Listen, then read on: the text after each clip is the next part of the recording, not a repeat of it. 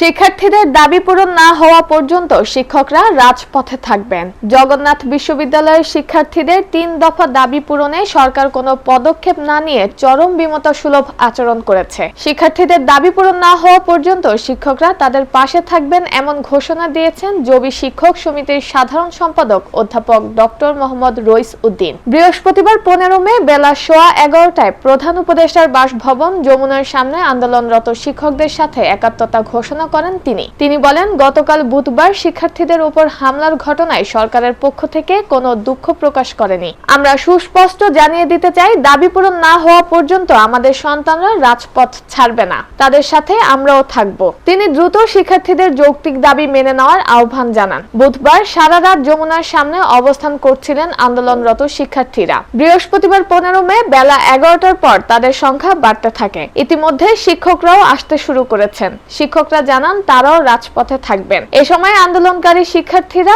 রক্ত লাগলে রক্ত নে, জগন্নাথে হল দে, বৈষম্যের গদিতে আগুন জ্বালো একসাথে, তুমি কে আমি কে, জবিয়ান জবিয়ান, আপোষ না সংগ্রাম সংগ্রাম সংগ্রাম, জবিয়ানের রক্ত বৃথা যেতে দেব না, নির্ভীক জবিয়ান, বিপ্লবে জবিয়ান প্রভৃতি স্লোগান দিতে থাকেন। কর্মসূচি ঘিরে ঘটনাস্থলে সতর্ক অবস্থানে রয়েছেন আইন শৃঙ্খলা রক্ষাকারী বাহিনীর সদস্যরা।